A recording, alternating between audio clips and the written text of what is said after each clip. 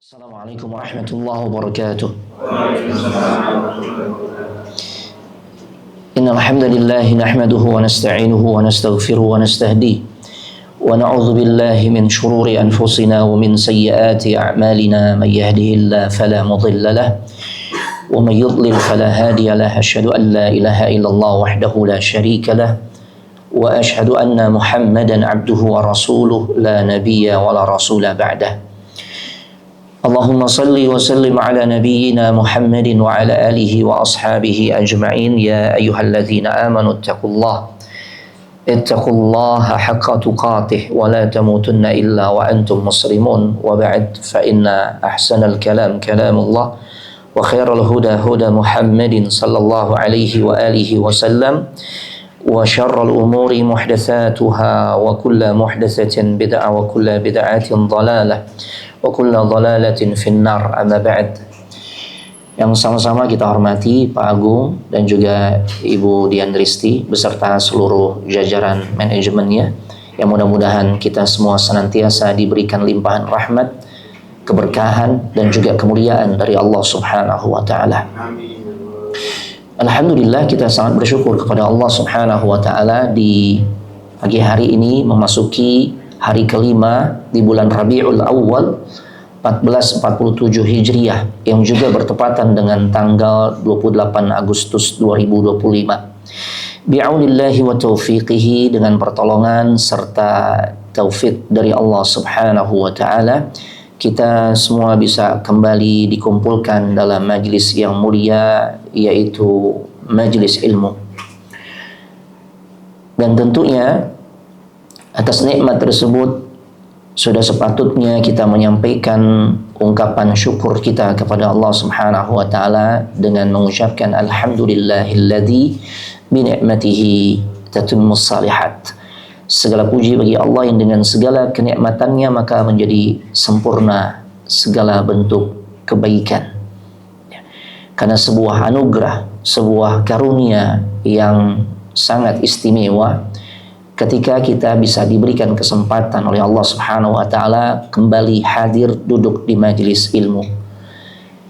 Karunia dari Allah Subhanahu wa taala tatkala Allah kembali memudahkan kita untuk beribadah, bisa bertakarrub, mendekatkan diri kepada Allah Subhanahu wa taala. Karena amalan-amalan itulah yang nanti pada akhirnya bisa membuat hidup kita tenang, bahagia, dijauhkan dari kecemasan, kegalauan, kegundahan dan hal-hal yang gak enak, jemaah. Karena saat kita dimudahkan untuk bisa mengakses ilmu, maka insya Allah kita akan dibimbing untuk bisa memahami firman-firman Allah dan juga hadis-hadis Nabi Sallallahu Alaihi Wasallam, yang pada akhirnya kita digiring, kita dipandu, kita dibimbing untuk selalu mengingat Allah. Dan bukankah Allah Subhanahu wa taala telah menegaskan di dalam Al-Qur'an, ala bi dzikrillahi tatmainnul qulub. Ketahuilah hanya dengan berzikir, mengingat Allah Subhanahu wa taala, mengingat nikmat-nikmatnya, kebaikan-kebaikannya, maka hal itulah yang bisa membuat hati kita tenang. Dan alhamdulillah kita bersyukur kepada Allah masih membersamai kita salah satu karya fenomenal dari seorang ulama yang gak asing lagi, ya, namanya di tengah-tengah kaum muslimin sangat harum, jemaah, yaitu Imam Nawawi, yang nama aslinya adalah Yahya ibn Sharaf, ya. Nah, beliau mengarang sebuah kitab kecil sebenarnya, berisikan 42 hadis. Nah, tapi 42 hadis ini para ulama jelaskan madarul Islam secara umum, secara global, ajaran Islam terdapat ya di dalam kitab ini. Karena di situ ya dibahas tentang masalah akidah, tentang masalah tauhid, tentang masalah akhlak, tentang masalah al-ahkam, ya hukum-hukum fikih dan sebagainya. Termasuk juga sirah ya kita bisa dapatkan. Karena biasanya ana juga sedikit menyampaikan biografi para perawi hadis dari kalangan sahabat, tabi'in, atba'ut tabi'in dan seterusnya. Dan kita alhamdulillah sudah sampai pada hadis yang ke-10. An Abi Hurairah radhiyallahu anhu qala. Hadis ini jalur sanadnya ya diriwayatkan melalui salah satu sahabat yang mulia, yang memang kelebihannya Allah berikan kepada dirinya, beliau sahabat yang paling banyak meriwayatkan hadis. Siapa beliau? Abu Hurairah. Nama aslinya Abdurrahman ibn Sakhr ad-Dausi. Cuma memang terkenal ya, atau lebih terkenal dengan kunyahnya, yaitu Abu Hurairah, bapaknya kucing. Karena memang beliau sangat dekat dengan kucing, akrab dengan kucing. Ya, sering main dengan kucing. Nah dari sinilah kemudian para ulama menjelaskan, nggak apa-apa, miara kucing nggak apa-apa. Karena terbukti sahabat saja ada yang sangat dekat dengan kucing. Yang penting dikasih makan, yang penting diurusin. Gitu cuma. Ya, an Abi Hurairah radhiyallahu anhu qala, dari sahabat Abu Hurairah semoga Allah meridhai dirinya. Beliau pernah berkata, qala Rasulullah sallallahu alaihi wasallam. Rasul sallallahu alaihi wasallam pernah bersabda, ayyuhan nas. Rasul seru manusia. Ya, kalimatnya bukan ayyuhal mu'minun, wahai orang-orang yang beriman, enggak. Tapi ini sifatnya umum. Semua manusia, semua hamba Allah tercakup dalam panggilan atau seruan yang disampaikan oleh Nabi sallallahu alaihi wasallam. Apa kata Nabi? Ayyuhan nas, innallaha thayyibun la yaqbalu illa thayyibah. Sesungguhnya Allah itu maha baik, la yaqbalu illa thayyibah. Ya, tidaklah ia menerima kecuali juga yang baik. Ya, Allah itu thayyib. Ya. Kemudian wa innallaha amaral mu'minin, dan sesungguhnya Allah memerintahkan kepada orang-orang yang beriman.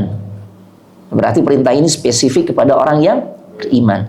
Siapapun kita yang insya Allah berusaha untuk menjadi hamba Allah yang beriman, harusnya merasa terpanggil dengan seruan Nabi ini. Apa kata Nabi? Ya, sesungguhnya Allah memerintahkan kepada orang-orang yang beriman bima amara bihil mursalin, sebagaimana yang juga Allah perintahkan kepada para rasulnya. Ya, taib. Artinya apa? Perintah Allah itu sifatnya universal kepada siapapun, tidak hanya kepada sebagian kelompok saja, enggak. Karena ajaran Islam itu ajaran yang universal, berlaku untuk semua umat manusia. Mau dia rasul, mau dia nabi, mau dia wali, mau dia orang biasa, maka dia harus mengikuti perintah dari Allah Subhanahu wa taala. Makanya salah besar. Oh, anak kalau ikut kajian di situ sih enak tuh. Udah nggak sholat lagi, gitu. Udah boleh, udah libur sholatnya, gitu. Ya, karena kiainya bilang begitu. Pokoknya kalau ikut kajian di sini, ya majelis taklim ini, ya Anda udah nggak perlu sholat lagi. Yang masih sholat itu yang beginner, yang masih pemula, katanya begitu. Ya Allah. Berarti kan menyimpang ya dengan apa yang Nabi SAW sampaikan dalam hadis ini. Kata Nabi, sesungguhnya Allah tuh perintahkan kepada orang-orang yang beriman tanpa kecuali, sebagaimana yang Allah juga perintahkan kepada para rasul, pada para utusannya. Ya. Nah, di antaranya dalam urusan makan dan minum, ya, Allah katakan dalam Al-Qur'anul Karim, Nabi bawakan ya potongan ayat dalam Al-Qur'anul Karim, ya ayyuhar rusul kulu minat tayyibati wa'malu salihah inni bima ta'maluna alim. Ya, dalam ayat ini Allah mengatakan, wahai para rasul, makanlah oleh kalian yang baik-baik. Ya, orang Islam tentu acuannya halal thayyiban. Dan kemudian beramallah kalian, ya Allah perintahkan kepada Rasul nih, beramallah kalian, berbuatlah kalian dengan perbuatan atau amalan-amalan yang saleh, amalan baik, jemaah. Ya, ketika perintah ini ditujukan kepada Rasul, maka ini berlaku juga kepada kita semua. Summa dzakara ar-rajula yutilu safara ash'atha aghbara. Kemudian Nabi menceritakan ada seorang laki-laki ya yang dia dalam perjalanan safar yang begitu panjang, ash'atha aghbara. Ya, sebagaimana umumnya orang-orang dulu kalau mereka safar ya keciri, jemaah. Apa cirinya? Ash'ath, syu'than. Rambutnya Aut-autan, acak-acakan, apa bahasa lainnya? Kucel bisa ya? Kucel, berantakan. Nah, kayak gitu ya, rambutnya berantakan. Ya Allah, intinya nggak klimis deh gitu ya. Jadi kalau orang dulu tuh ciri yang safar tuh, ini baru masih dalam perjalanan safar nih. Yang penampilannya karena aut-autan, ya rambutnya acak-acakan, nggak rapi. Ya, wa aghbara itu penuh debu. Ya karena Nabi konteksnya ini menghadapi atau berinteraksi dengan orang-orang yang tinggalnya di wilayah padang pasir. Yang kalau udah musim badai pasir, Allahu Akbar. Qabla al-ja'iyah, sebelum pandemi, ya kurang lebih sekitar tahun 2017 kami bawa jamaah umrah saat itu di lobi-lobi hotel bintang 5 ya, yang tentu ruangannya rapi, bersih. Tapi pernah kami alami itu, ini kursi kayak nggak pernah dibersihin, meja kayak nggak pernah dibersihin, banyak debu. Tapi ternyata pas tanya-tanya ke pihak petugas hotel, ya mereka cerita ini sedang lagi musim badai pasir, cuma. Nah, makanya apalagi orang-orang yang safar ya, mereka melewati padang pasir, sahara yang luas, ya hampir bisa dipastikan berdebu, ya, masya Allah. Kemudian tidak hanya berdebu yang menjadi ciri orang-orang yang sedang safar, ya. Di dalam hadis ini diceritakan orang yang safar ini pun dia memanfaatkan momen terbaik bagi orang-orang yang safar ini untuk berdoa. Karena orang-orang yang sedang dalam keadaan safar, doanya itu la turad, tidak ditolak, diterima, diijabah oleh Allah Subhanahu wa taala. Makanya dimanfaatkan nih orang yang dalam keadaan berdebu, kucel, berantakan rambutnya, ya dia muddu yadaihi ila sama. Diangkat tangannya, ya, diarahkan ke langit. Ini untuk ekspresi orang yang sedang berdoa. Ya Rabbi. Bahkan dalam untayan doa yang keluar dari lisannya, ya, itu terdengar kalimat atau kata-kata panggilan kepada Sang Pencipta. Ya Rabbi, Ya Allah. Banyak kan doa-doa yang diawali dengan Ya Allah, Ya Rabbi, Allahumma, gitu ya, Rabbana. Nah, itu semua panggilan kepada siapa? Kepada Allah. Nah, kemudian dijelaskan oleh Nabi, akan tetapi kondisi orang ini sekalipun terhimpun pada dirinya syarat-syarat doa seseorang itu akan diijabah oleh Allah. Ya, safar. Kemudian apalagi tadi? Dia ngangkat tangan. Kemudian dia pakai adab tatkala dia mengangkat tangan, dia panggil Allah dengan panggilan-panggilan terbaik. Ya, dengan nama-nama Allah yang husna. Di antara nama Allah yang husna adalah Rabbun. Ya, makanya dipanggil Ya Rabbi, Ya Rabbi, Ya Rabbi. Ya, akan tetapi wa mat'amuhu haram, wa mashrabuhu haram, wa malbasuhu haram. Akan tetapi makanan yang biasa dia konsumsi ini adalah makanan yang haram, minumannya pun demikian, begitu pula pakaian yang dia gunakan. Wa ghudhiya bil haram. Ya, intinya ya apa yang dia gunakan ini sesuatu yang haram. Dia tumbuh berkembang dengan hal-hal yang haram. Fa anna yustajabu lidzalik. Closing hadis ini Nabi mengatakan, lantas bagaimana Allah akan kabulkan doanya kalau kondisinya seperti itu? Satu sisi ada syarat-syarat doa itu bisa dijawab atau akan diterima oleh Allah, kabulkan. Namun di sisi lain, dia juga masih melakukan faktor-faktor penghalang doa seseorang tidak diijabah. Jadi bukan cuma fokus kita nih, syarat-syarat doa anak diterima kan anak udah penuhi Ustaz. Fahami juga dan amalkan, artinya jauhi hal-hal yang bisa menghalangi doa seseorang itu terkabul. Di antaranya apa? Makanan, minuman, atau sesuatu yang dia pakai itu adalah sesuatu yang haram. Ya, baik. Jadi hadis ini ngebahas tentang pengaruh sesuatu yang kita makan, sesuatu yang kita pakai, ya, terhadap diterimanya amal saleh. Ya, karena Allah berfirman nih, ayat yang dibawakan oleh Nabi sallallahu alaihi wasallam dalam hadis ini kan Al-Mu'minun ayat 51. Ya ayyuhar rusulu kulu minat tayyibati wa'malu salihah inni bima ta'maluna alim. Wahai para rasul, makanlah ya dari makanan yang baik-baik dan kerjakanlah amal saleh. Sesungguhnya aku maha mengetahui apa yang kalian kerjakan. Ya Allah. Jemaah, dalam ayat ini Allah menggandengkan antara perintah memakan makanan yang baik dengan amal saleh. Karena ada munasabah qauliyah, ada keterkaitan yang sangat kuat antara keduanya. Ya. Makanya sampai-sampai Rasul dalam hadis ini ngasih contoh ya dengan orang yang doanya tidak dikabulkan, padahal syarat-syarat doa seseorang dikabulkan sudah dipenuhi. Tatkala ternyata dia juga ya melakukan penghalang-penghalang doa terkabul. Di antaranya adalah makanan yang ia konsumsi ya itu tidak halal, atau sesuatu yang dia ya nikmati, fasilitas-fasilitas itu berasal dari sesuatu yang haram. Jemaah, kita semua tahu yang namanya amal saleh, atau maaf, yang namanya doa ini termasuk bagian dari amal saleh. Bahkan amal saleh yang agung, yang nilai ibadahnya sangat besar, yang sampai-sampai dalam satu kesempatan saja Nabi mengatakan ad-du'a huwal ibadah. Doa itu sebenarnya adalah ibadah.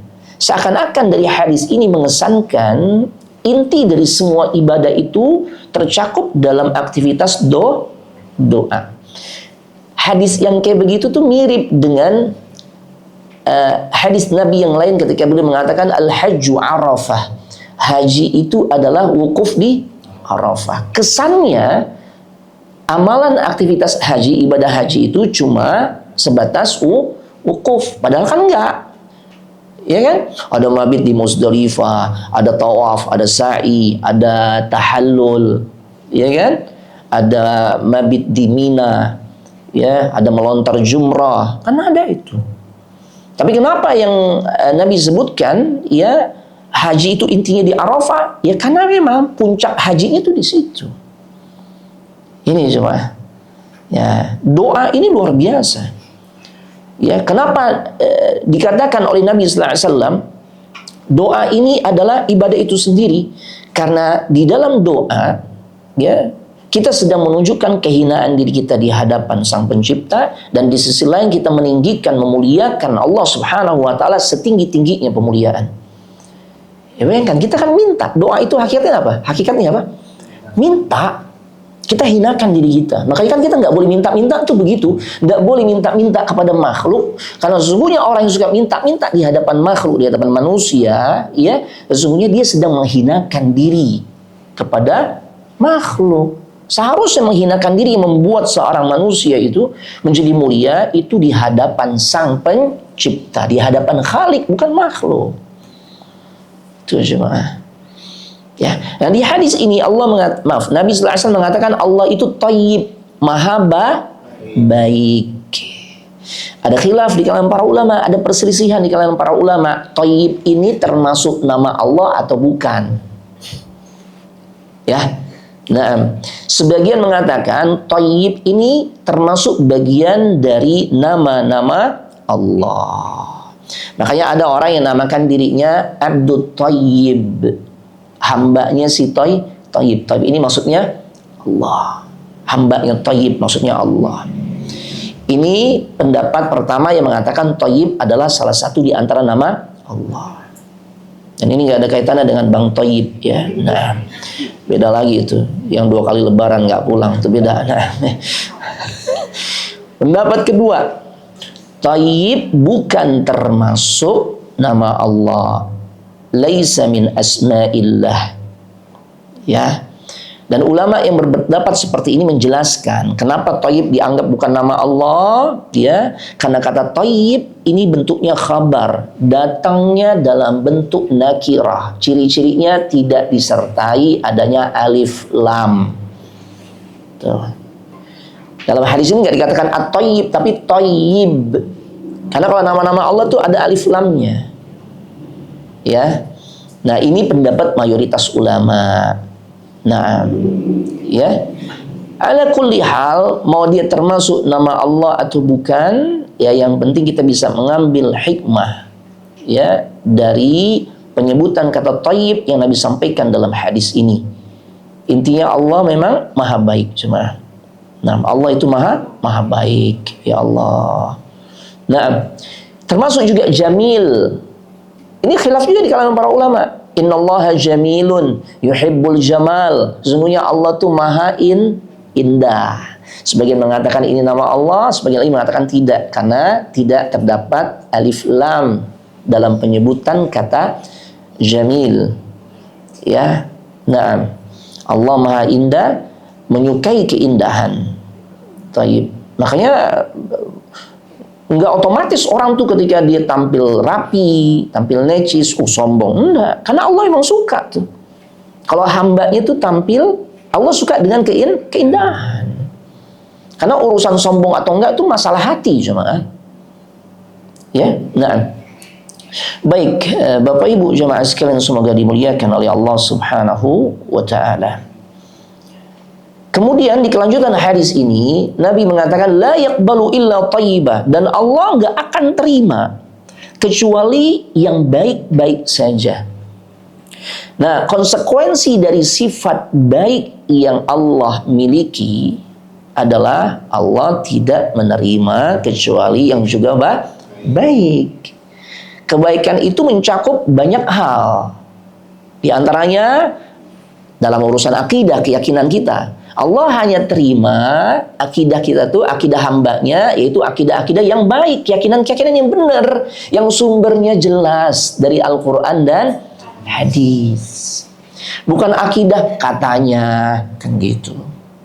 Kadang-kala kan gitu ya, katanya kan begitu Ustaz, atau kebanyakan orang kan begitu. Enggak. Ya, karena dalam Al-Quran Allah juga mengatakan, ya, wa in tuti aktsara man fil ardi yudilluka an sabilillah. Jika engkau mengikuti standar yang banyak dilakukan oleh kebanyakan manusia, jika engkau mengikuti sesuatu yang banyak dilakukan oleh manusia, maka ketahuilah kebanyakan manusia itu kebanyakan mereka mengarahkan kita jauh dari jalan Allah. Artinya kita nggak bisa tuh beragama dengan konsep kebanyakan orang juga ngerjain itu, Ustaz. Suka nggak kita punya pemahaman atau prinsip kayak gitu? Itu salah cuma. Keyakinan kayak begitu harus dibenarkan. Ya, karena cara beragama yang benar yaitu harus mengikuti dalil petunjuk Al-Quran dan Sunnah. Bicara akidah juga sama. Akidah ini menyangkut keyakinan, dan masalah-masalah akidah itu mayoritas berkaitan dengan masalah-masalah gaib yang nggak kasat mata. Ustaz, masalah akidah itu bahasanya apa sih kalau dibuat simple? 6 rukun iman. Beriman kepada Allah, beriman kepada malaikat, beriman kepada kitab suci, beriman kepada rasul-rasul yang pernah Allah utus, beriman kepada hari kiamat, beriman kepada takdir. Mayoritas gaib tuh. Gaib, nggak kasat mata jemaah. Beriman kepada Allah, jelas. Kita nggak bisa tuh melihat Allah dengan kasat mata. Ya, beriman kepada malaikat sama. Udah ada yang pernah ketemu malaikat? Hah? Enggak. Iya kan? Baik, kitab suci, ya kita bisa tuh bisa baca Al-Quran, mengkaji Al-Quran. Ya, kemudian para rasul, beriman kepada para rasul. Nah, ya kita udah nggak hidup sezaman dengan Nabi sallallahu alaihi wasallam. Kan udah beda kan? Nah, beriman kepada hari kiamat. Ya ini sesuatu yang akan datang terjadi. Gaib juga. Ya kan? Beriman kepada takdir, ketetapan Allah. Ada yang udah tahu semenit ke depan ya kita apa yang akan kita alami? Enggak ada yang tahu. Semuanya gaib. Ya. Makanya berbicara tentang sesuatu yang gaib harus bersumber dari sumber yang kuat, yang qat'i. Yang itu hanya bisa kita dapatkan dari 2 sumber, yaitu Al-Quran dan hadis. Nggak bisa katanya. Ustaz, katanya roh orang-orang yang baru mati, Ustaz, yang belum lama meninggal 40 hari masih keliling-keliling di rumah Ustaz. Itu kan. Siapa bilang katanya tuh kan? Katanya. Jangan katanya. Ya, ini bicara gaib, berarti cari rujukannya dari Al-Quran dan Sunnah. Adakah keterangan tentang hal itu? Ya, Karena kalau katanya masing-masing punya versi. Mungkin di Lebak Parah 40 hari, di Condet 30 hari, kan bisa begitu. Ya kan? Gak jelas jemaah. Nah, Allah hanya nerima akidah-akidah yang baik jemaah. Parameternya sumber akidah itu, sumber yang kita jadikan sebagai sebuah keyakinan itu bersumber dari yang paling benar, tidak akan pernah salah. Itu Al-Quran dan hadis. Selain itu pasti banyak salahnya. Ya, pasti banyak salahnya. Kemudian Allah hanya menerima amalan-amalan yang baik. Ya. Kemudian Allah hanya menerima perkataan-perkataan yang baik. Makanya di surga, kita ngintip dikit tentang kenikmatan surga. Bagi yang laki-laki, kalau memahami apa yang dibaca oleh imam, setiap pekan tuh kita sedang diceritakan ya tentang kenikmatan surga. Saat imam membaca di rakaat kedua surah Al-Ghasyiyah, kan gitu ya kalau hari Jumat ya. Rakaat pertama setelah Al-Fatihah Al-A'la Sabbihis. Rakaat kedua Hal ataka hadithul Ghasyiyah. Ketemu dengan ayat yang berbunyi la tasma'u fiha laghiyah. Di surga itu nggak ada perkataan sia-sia. Apalagi perkataan yang menyakitkan, nyelekit. Gitu kan? Ngegores hati kita nih kalau kita udah dengar. Gosip, ada gosip? Nggak ada, ya. Ujaran kebencian nggak ada, provokasi nggak ada, yang sia-sia aja nggak ada, apalagi yang jelek-jelek, yang buruk-buruk nggak ada, ya. Nah, karena surga itu tempat kenikmatan, di sana itu pasti yang baik-baik saja. Nah, bicara terkait dengan hadis ini, Allah hanya menerima perkataan yang baik, jemaah. Ini menarik. Perkataan yang baik ini menjadi parameter iman kita benar atau enggak, jemaah. Dalam sebuah hadis Nabi katakan, "Man kana yu'minu billahi wal yaumil akhir falyaqul khairan aw liyasmut." Barang siapa yang beriman kepada Allah dan hari akhir, tuh. Gimana cirinya? Parameternya dua. Jika berkaitan dengan ucapan lisan dari seseorang.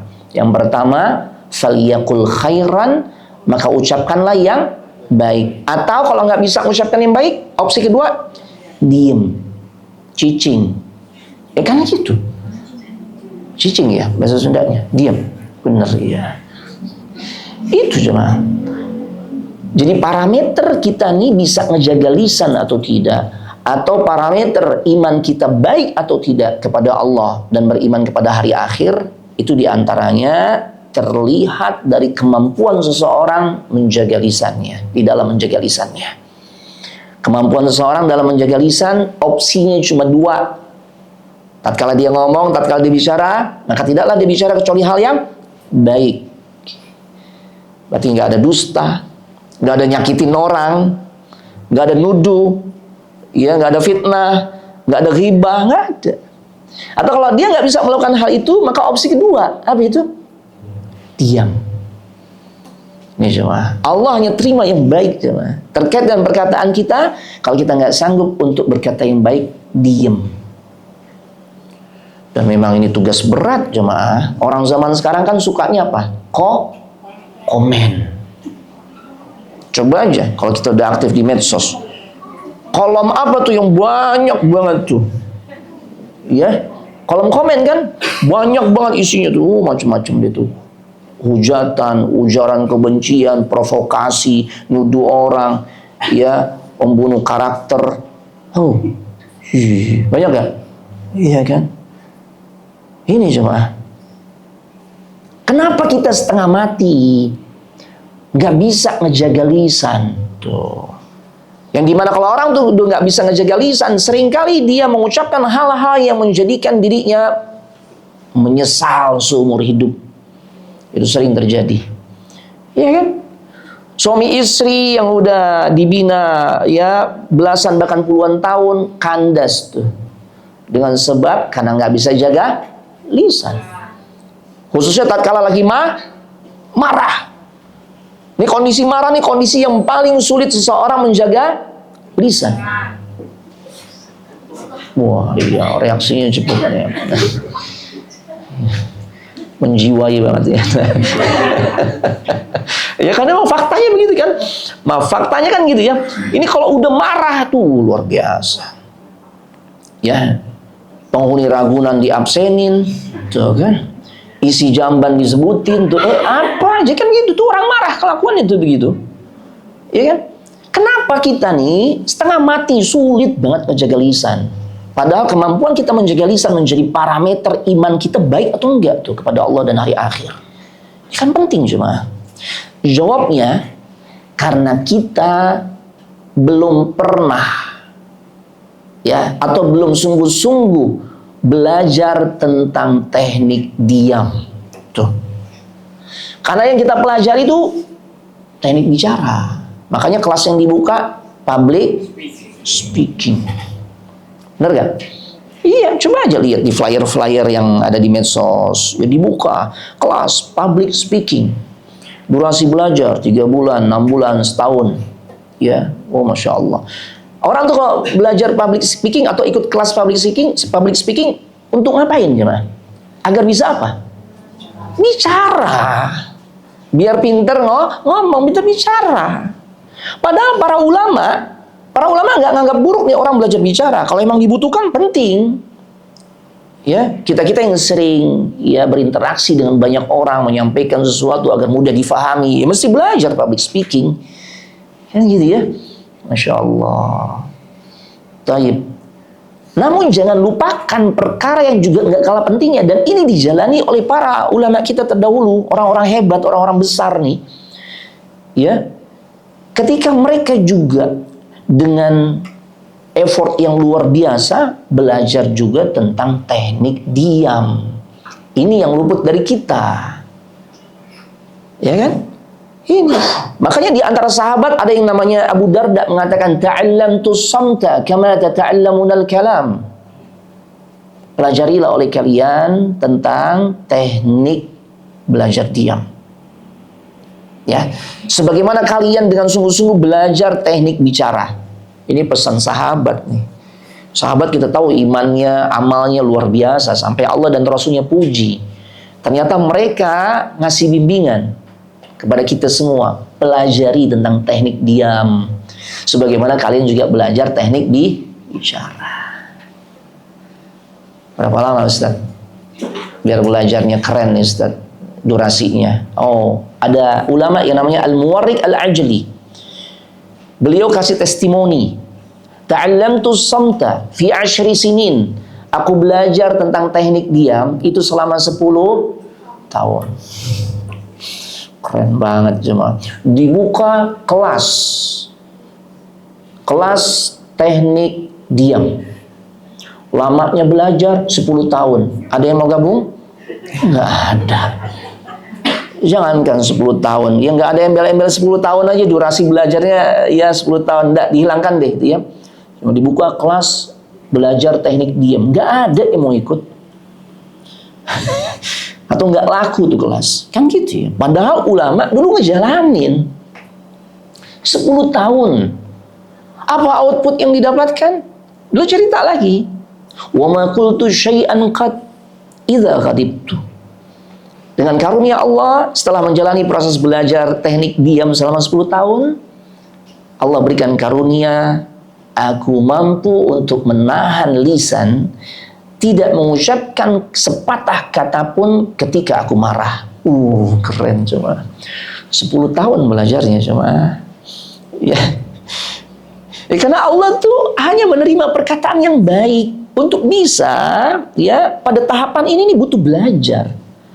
Dan kalau kita nggak bisa mengucapkan kata-kata yang baik, opsi kedua, diam. Dan diam ini proses belajarnya panjang, jemaah.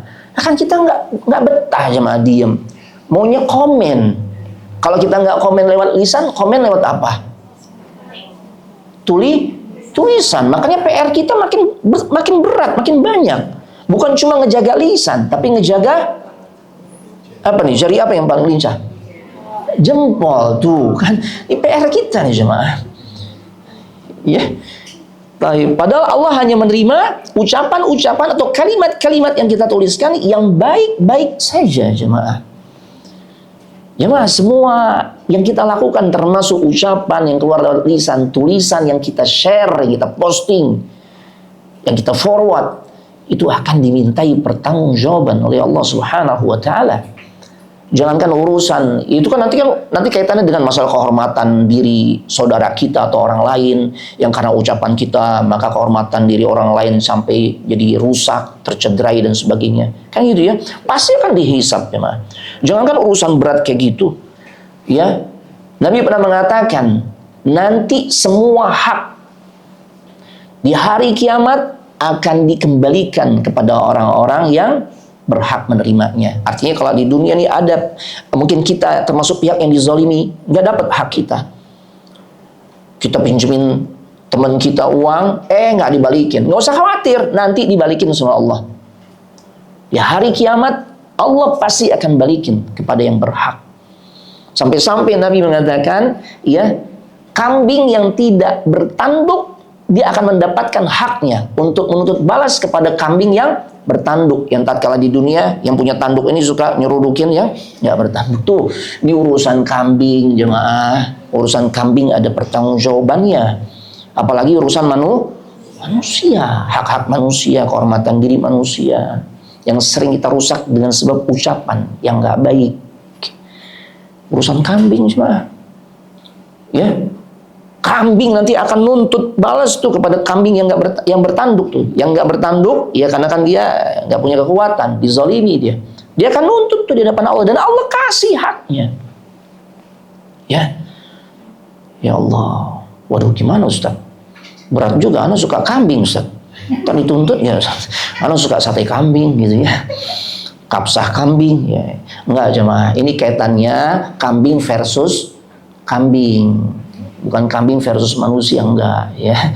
Silakan aja yang hobi makan sate kambing tidak masalah ya, atau yang punya usaha sate kambing, ya sop kambing atau ayam dan sebagainya enggak masalah ya.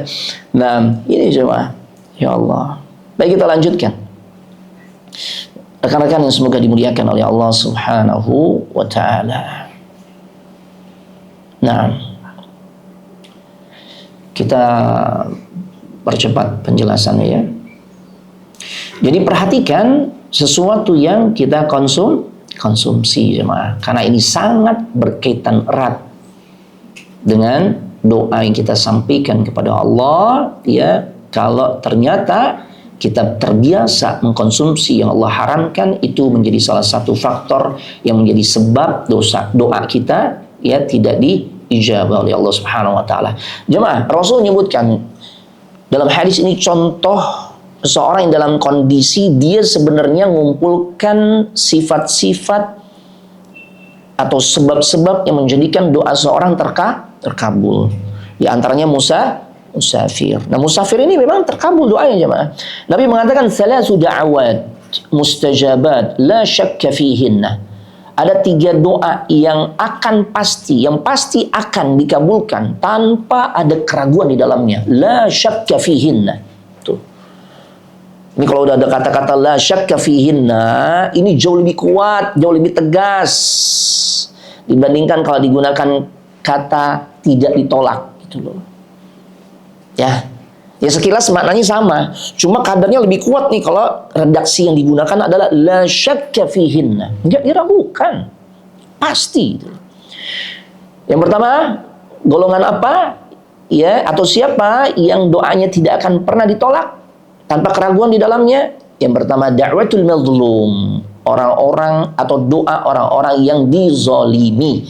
Maka jangan pernah kita melakukan kezaliman. Itu pesan berharganya. Kezaliman lewat lisan, tuh ghibahin, fitnah orang, main intrik-intrik buat menjatuhkan harga diri atau nama baik seorang. Nah, itu kan. Ya, karena kalau pihak yang dizalimi dia udah angkat tangan kepada Allah, mohon kepada Allah dengan berdoa kepada Allah, maka pasti dijawab. Laisa bainahu wa bainallahi hijab. Enggak ada antara dirinya dan Allah itu penghalang. Langsung. Ya, tapi kan dia enggak sholat, Ustaz. Sekalipun dia fajir, ya, dia pelaku dosa, tapi saat dia dizalimi dia angkat tangan. Allah nggak lihat tuh sisi dia nggak sholatnya tuh. Yang Allah lihat adalah saat itu dia sangat butuh kepada dirinya. Hati-hati jemaah. Atau maaf, ya dia bukan muslim ini, enggak, sekalipun dia kafir, dia nggak muslim, tapi dia angkat tangan karena dia dizolimi, maka doanya juga dijawab. Makanya nggak boleh kita tuh. Makanya dari sini kita menjadi faham ajaran Islam tuh ajaran yang sangat toleransi, nggak boleh melakukan kezaliman sekalipun kepada orang-orang di luar Islam. Itu jemaah. Makanya salah besar tuh orang yang mengaku dirinya komitmen dengan ajaran Islam, tapi ajarannya yang dia tunjukkan adalah melakukan kezaliman. Di antaranya kepada orang-orang yang di luar, ya, kepada orang-orang yang beda akidah dengannya. Ini nggak benar jemaah. Yang kedua, yang doanya pasti dijawab, wa da'watul musafir, doanya orang yang sedang dalam keadaan safar jemaah.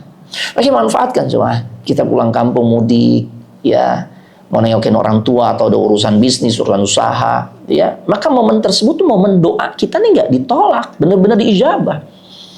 Doa jemaah. Yang ketiga, wa da'watul walid ala waladihi, doa orang tua untuk anaknya. Jemaah, manfaatkan tuh. Kalau kita masih punya orang tua, apalagi lengkap, tinggal satu saja, maka ngapain juga sih kita bela-belain antri tuh? Wah, itu kayak fulan tuh katanya kalau minta dapat doa darinya tuh udah pasti dijawab. Enggak jemaah. Kiai, ustadz, habib atau apapun sebutannya, itu manusia juga jemaah. Belum tentu mereka tuh lebih mulia dibandingkan yang bukan kiai, yang bukan ustadz, yang bukan habib. Tidak ada jaminan. Sehingga doanya belum tentu jemaah, ya, belum tentu dijawab oleh Allah. Tapi kalau orang tua pasti. Karena Nabi katakan di poin ketiga adalah wa da'watul walid ala waladihi, doanya orang tua untuk anaknya. Manfaatin jemaah. Jadi ketika kita mengalami kesulitan, ya, selain kita berdoa langsung kepada Allah, kita masih punya orang tua, telepon jemaah. Ma, aku yang lagi ada kesulitan nih, ma, bantu doa ya, ma, ya. Semoga ya ini urusan ini dilancarkan oleh Allah. Semoga simpul kesulitannya Allah segera bukakan ya, ma, ya. Ya, Pak, ya. Oh, Masya Allah. Ini jemaah. Biasakan yang seperti itu. Ini fasilitas yang mahal jemaah. Istimewa nih jemaah. Ya, karena ternyata dari 3 golongan yang doanya nggak akan ditolak, la syakka fihinna, nggak ada keraguan sedikit pun di dalamnya. Poin ketiga itu adalah doa orang tua kepada anaknya. Makanya pesan berikutnya untuk para orang tua, jangan karena kemarahan yang sedang dirasakan mudah sekali mengucapkan kalimat-kalimat ya yang isinya adalah doa keburukan. Orang tua kan sering kan, kadang-kala atau seringkali dibuat jengkel. Ya Allah, kamu begini masih, ya. Biar mati ntar disamber apa gitu kan. Ya Allah, ditabrak bajai dan sebagainya. Ya Allah. Akhirnya kejadian tuh. Yang repot siapa? Ya orang tuanya lagi. Nangis ya? Nangis. Kenapa nggak diganti dengan redaksi yang lebih baik? Karena doa orang tua untuk anaknya itu diijabah oleh Allah. Tapi anak kesel, iya enggak apa-apa, karena manusiawi itu. Perasaan kesel, marah, manusiawi. Tapi di-manage dengan baik. Karena fasilitas doa orang tua, ya, yang dia tujukan ke anaknya itu benar-benar dijawab oleh Allah. Ganti dengan doa-doa kebaikan. Karena Anda pernah sampaikan juga kan, itu Syekh Sudais, Imam Masjidil Haram, bahkan bukan cuma imam, presiden, ya, para imam yang ada di Masjidil Haram dan di Masjid An-Nabawi, itu pimpinannya beliau tuh. Ya, apa yang menjadi sebab selain untuk kesungguhan beliau dalam menghafalkan Al-Quran? Apa yang menjadi sebab sehingga Allah angkat derajatnya itu? Bayangin jemaah, imam di masjid paling mulia, masjid suci jemaah, 100.000 kali seperti kita sholat di tempat lain, sekali sholat di sana jemaah. Presiden para imamnya beliau. Itu di antara sebabnya beliau menduduki kedudukan seperti sekarang, ya. Itu karena doa ibunya yang jengkel dengan kelakuan Sudais masih kecil. Ya tahu lah anak Arab gitu loh jemaah. Iya jemaah. Enggak, ini tidak sedang bicara tentang sukuisme dan sebagainya. Enggak, memang ini fakta. Ya anak gaul dengan orang-orang Arab, memang mereka bilang gitu loh. Iya, kalau anak-anak mereka tuh nakal, Ustaz, anak titip anak Ustaz ya. Nih. Ya mohon maaf Ustaz, ya biar siap aja kondisi mudarris atau para guru di sini. Ya kan satu anak Arab nih sebanding dengan 10 anak lokal Ustaz. Begitu katanya. Dari siapa tuh? Ya kenakalan di antaranya begitu. Mereka jujur. Saya Sudais tuh bikin makanan atau masakan ibunya itu jadi hancur. Mungkin kalau lagi masak rendang tuh jadi masukin apa macam-macam itu. Jadi berantakan gitu ya. Nggak jadi rendang lagi gitu kan. Akhirnya kan bikin kesel. Tapi apa kalimat yang keluar dari lisan ibunya tatkala marah? Doa kebaikan. Ya mungkin bahasa simpelnya nih, bahasa bebasnya. Ibu doain, jadi Imam Masjidil Haram ente. Tuh, ya Allah. Kabul gak? Kabul.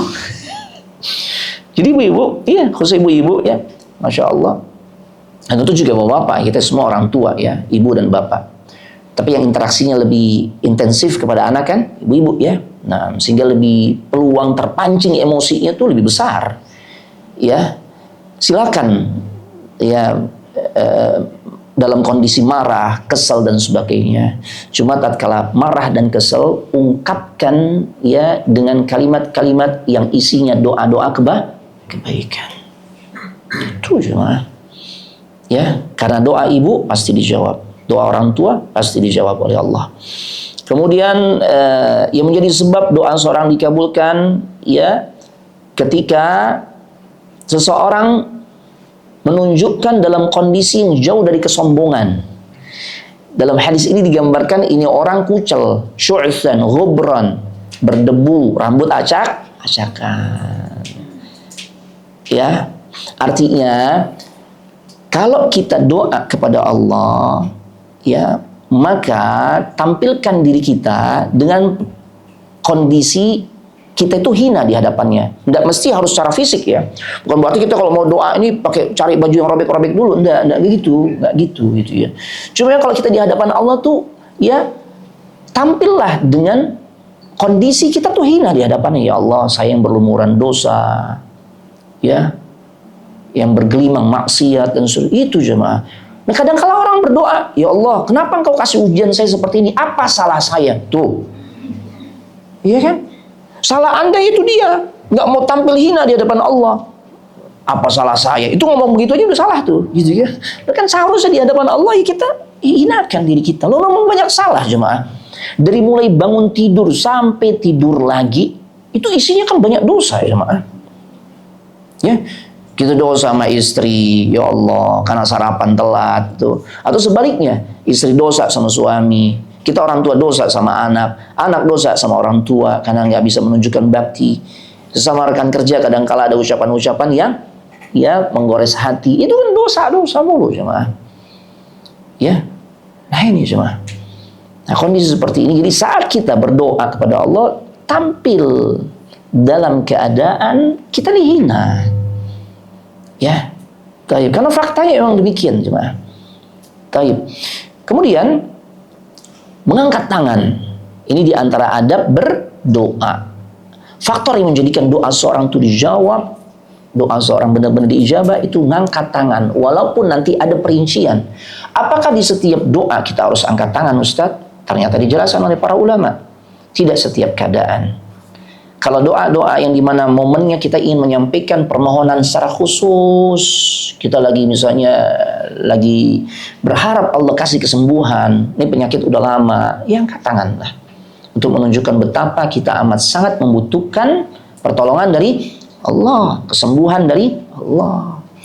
Namun kalau doa yang redaksinya sudah jelas tuh ya, di momen-momen tertentu Nabi sudah ajarkan secara khusus seperti mau tidur ya. Bismillahirrahmanirrahim amutu wa ahya, bangun tidur alhamdulillahilladzi ahyana ba'dama amatana wa ilaihin nusyur. Mau masuk kamar mandi, Allahumma inni a'udzubika minal khubuthi wal khaba'ith, keluar kamar mandi ya ghufranak ya, dan seterusnya. Itu doa-doanya kan sudah jelas ya. Pakemnya jelas dicontohkan oleh Nabi sallallahu alaihi wasallam. Kata para ulama, doa-doa yang seperti itu tidak perlu dengan mengangkat tangan. Karena memang faktanya ketika Nabi ajarkan doa-doa itu, Nabi tidak mengangkat tangan, maka kita ikut. Ya. Tapi kalau di momen-momen tertentu seperti yang tadi Anda sampaikan, atau di momen-momen khusus yang memang Nabi jelas angkat tangan, di hari Arafah, di padang Arafah, Nabi angkat tangan, bahkan model angkat tangannya pun sangat tinggi. Sampai-sampai maaf ketiak beliau yang putih kelihatan tuh. Tinggi. Atau momen doa momen berdoa dengan cara mengangkat tangan tinggi-tinggi itu saat dalam kondisi genting, sebagaimana dalam peristiwa perang Badar. Sebelum peristiwa perang Badar itu terjadi, di malam harinya Nabi angkat tangan tinggi itu, minta sama Allah. Karena situasinya genting. Kalau pasukan kaum muslimin kalah, kata Rasul, aku khawatir. Lam tu'bad fil ardi. Engkau nggak disembah lagi ya Allah di muka bumi. Tuh. Kan genting banget kan? Dan kayak gitu. Krosak. CCTV kita lihat, wah ya Allah, tengah malam ada tamu tak diundang. Nah itu kan mulai genting tuh. Ada orang-orang jahat. Ya. Maka kita angkat tangan tinggi-tinggi, ya Allah selamatkan kami ya Allah. Tuh. Itu jemaah. Ya itu kondisi genting. Di Arafah, itu momen terbaik untuk doa. Angkat tangan tinggi-tinggi. Tapi kalau selain itu, maka ya tidak perlu angkat tangan. Apalagi dalam sujud kan momen berdoa. Apakah kita harus angkat tangan? Sujud. Enggak. Sebelum salam momen berdoa juga. Angkat tangan? Kan enggak. Jadi perlu dirincikan. Mohon maaf, termasuk juga doa. Ada doanya ya? Bagi yang sudah menikah, ya sebelum menggauli istri ada doanya? Ada. Bismillah. Allahumma jannibna syaitan wa jannibi syaitana ma razaqtana. Angkat tangan enggak ya? Enggak. Apalagi sampai takbir Allahu Akbar, enggak perlu ya. Mau jihad Ustaz, enggak. Kadang-kala suka lebay gitu ya. Nah, jadi nggak perlu angkat tangan seperti itu ya. Nah, kemudian bertawasul dengan rububiyah Allah. Bertawasul itu menyebut nama-nama Allah yang sesuai dengan isi permohonan doa kita. Ya Rabbi. Ini global nih, kalau kita udah nyebut Ya Rabbi, segala kebutuhan kita nih tercakup dalam nama tersebut. Karena Ya Rabbi itu yang maha pencipta, yang maha menguasai, yang maha mengatur, yang maha segalanya itu. Kalau kita ingin lebih spesifik, ya kita pengen Allah hancurkan tuh, ya Zionis yang ngebunuhin saudara-saudara kita kaum muslimin di Palestina. Kita sebut nama Allah yang spesifik. Ya Qawi, Ya Jabbar, Ya Aziz. Wahai yang maha kuat, yang maha perkasa, yang maha gagah. Hancurkan kekuatan musuh ya Allah. Tuh. Lagi minta rezeki. Berarti yang pas apa? Ya Razzaq. Ya. Nah, sebut cuma. Nah, seperti itu ya. Makanya dalam hadis ini, orang ini yang Nabi ceritakan manggil nama Allah dengan Ya Rabbi, Ya Rabbi. Tuh. Kemudian kalau doa itu merengek-rengek jemaah, silakan ulang-ulang ya. Karena dalam hadis ini seperti itu yang digambarkan oleh Nabi sallallahu alaihi wasallam. Ya wa kana idza da'a thalathan. Rasul itu kalau berdoa, beliau sering mengulang-ulang doanya sampai tiga kali. Ini bentuk rengekan seorang hamba kepada Rabb-nya, menunjukkan kebutuhan hamba tersebut kepada Allah yang sangat besar. Dan Allah sangat suka tuh kalau hamba menunjukkan kelemahan dirinya di hadapannya, ya, dan ini menunjukkan bahwa dia sangat butuh, sangat bergantung kepada Allah. Karena faktanya Allahus Samad. Allah tempat bergantung segala sesuatu. Ini tuh yang disampaikan oleh Nabi Zakaria. Cuma jika di antara kita, ya, sebentar lagi 5 menit lagi, jika di antara kita sudah lama hidup berkeluarga, Allah belum karuniakan keturunan buat kita, jangan pesimis, jemaah. Ada contohnya, yaitu Nabi Zakaria. Allahu Akbar.